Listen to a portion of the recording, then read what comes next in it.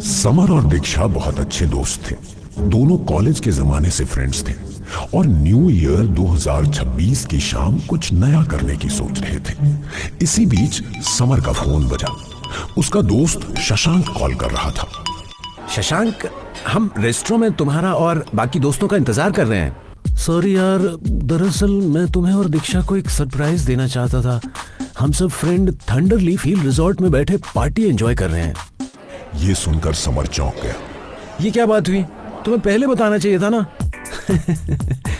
चलो अब तुम दोनों भी आ जाओ। तुम अच्छी तरह जानते हो यहाँ हर न्यू ईयर पर रात 12 बजे के बाद क्या धमाल होता है। इतना कहकर शशांक का फोन कट गया। दीक्षा ने समर को देखा। क्या हुआ? समर ने सारी बात बता दी और बोला, हमारे दोस्तों ने हमें सरप्राइज दिया है। शशांक को मिलने दो, इसके सरप्राइज कभी खत्म होने का नाम ही नहीं लेते। कुछ देर सोचने के बाद दीक्षा बोली, लेकिन जिस रिजॉर्ट का उसने नाम लिया वो तो जंगल के बीच में है और कुछ ही देर में रात हो जाएगी। कम ऑन दीक्षा, हम पहाड़ी इलाकों में रहने वाले हैं। यहाँ के टीनएजर्स जंगल में बने रिजॉर्ट में न्यू ईयर पार्टी एंजॉय करते हैं। दीक्षा कार में बैठ गई और समर ने कार जंगल की ओर मोड़ दी। तभी तेज बारिश होने लगी। Oh my God, new year की रात और ये बारिश, ठंड तो बहुत बढ़ जाएगी। अचानक समर ने कार रोक दी। दीक्षा चौंक गई। क्या हुआ? कार क्यों रोक दी? सामने सड़क पर गिरा वो बड़ा पेड़ नहीं दिख रहा तुम्हें? और यहाँ वहाँ कुछ और भी गाड़ियाँ खड़ी हैं जो वापस लौट रही हैं।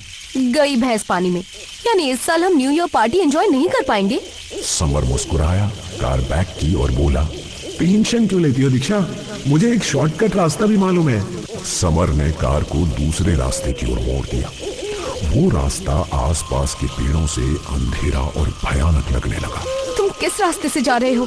ये तो जंगल का वही हिस्सा है जहाँ बहुत कम लोग जाते हैं। हमें यहाँ से नहीं जाना चाहिए। शॉर्टकट है, मैं दिन में कई बार यहाँ से जा चुका हूँ। हम सिर्फ 15 मिनट में पहुँच जाएंगे। कार थोड़ी ही आगे बढ़ी थी कि अचानक बारिश तेज हो गई। झपाझप पानी की आवाजें, हवाओं की सीटी और अंधेरा सब मिलकर माहौल बेहद डरावना कर रहे थे। अचानक कार जोर से हिलकर रुक गई। ओह माय गॉड, ये क्या? कार क्यों रुक गई? समर बाहर निकला, भीगता हुआ टायर देखने लगा। टायर पंचर हो चुका है। समर ने मोबाइल निकाला मगर उसमें नेटवर्क नहीं था। दीक्षा ने भी फोन निकाला मगर उसके मोबाइल में भी नेटवर्क नहीं था। दीक्षा कार से बाहर आ गई। हम दोनों फंस गए हैं। तभी समर की नजर दूर पड़ी। बारिश की धुंध के बीच एक पुराना बंगला दिखाई दे रहा था। टेंशन मत लो, वो सामने एक बंगला दिख रहा है, चलो वहां चलते हैं, शायद मदद मिल जाए। बारिश और ठंड से बचने का कोई और रास्ता न होने के कारण समर और दीक्षा उस पुराने वीरान बंगले की ओर बढ़ गए। उनकी सांसों की भाप ठंड में उड़ रही थी। चारों ओर सन्नाटा, पेड़ों से टपकती बूंदें और हवा में एक अनजाना डर। दोनों ने बंगले के दरवाजे पर जाकर घंटी बजा दी। ये नया साल 2026 हमेशा याद रहेगा। अगले ही पल दरवाजा धीरे धीरे चर्र करते हुए खुला। दरवाजा खुलते ही समर और दीक्षा ने एक अजीब सी ठंडक महसूस की, जैसे बंगले के अंदर की हवा बाहर की बारिश से भी ठंडी हो और मानो दीवारों में कोई अनदेखा सन्नाटा छिपा हुआ हो। सामने एक सुंदर औरत खड़ी थी जिसकी आंखों में ऐसा सूनापन था मानो वो मुस्कुरा तो रही हो लेकिन उसकी आत्मा कहीं और अटकी हो। कौन हो तुम? मेरा नाम दीक्षा है और ये मेरा फ्रेंड समर है। हम होटल जा रहे थे लेकिन रास्ते में एक पेड़ गिर गया। हमें मजबूरी में इस शॉर्टकट रास्ते से आना पड़ा।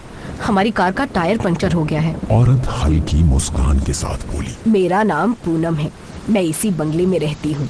तुम दोनों भीग चुके हो, अंदर आ जाओ, रात में ट्रैवल नहीं करना चाहिए। समर और दीक्षा बंगले के भीतर आ गए। अंदर का माहौल और भी भयानक था। फर्श पर पुराने लकड़ी के निशान, दीवारों पर धूल जमी पुरानी तस्वीरें और हर कमरे में ऐसा लगता था मानो अदृश्य आंखें उन्हें चुपचाप देख रही हो। मंद पीली रोशनी के बावजूद सारा घर अजीब सा खाली, अजीब सा जिंदा महसूस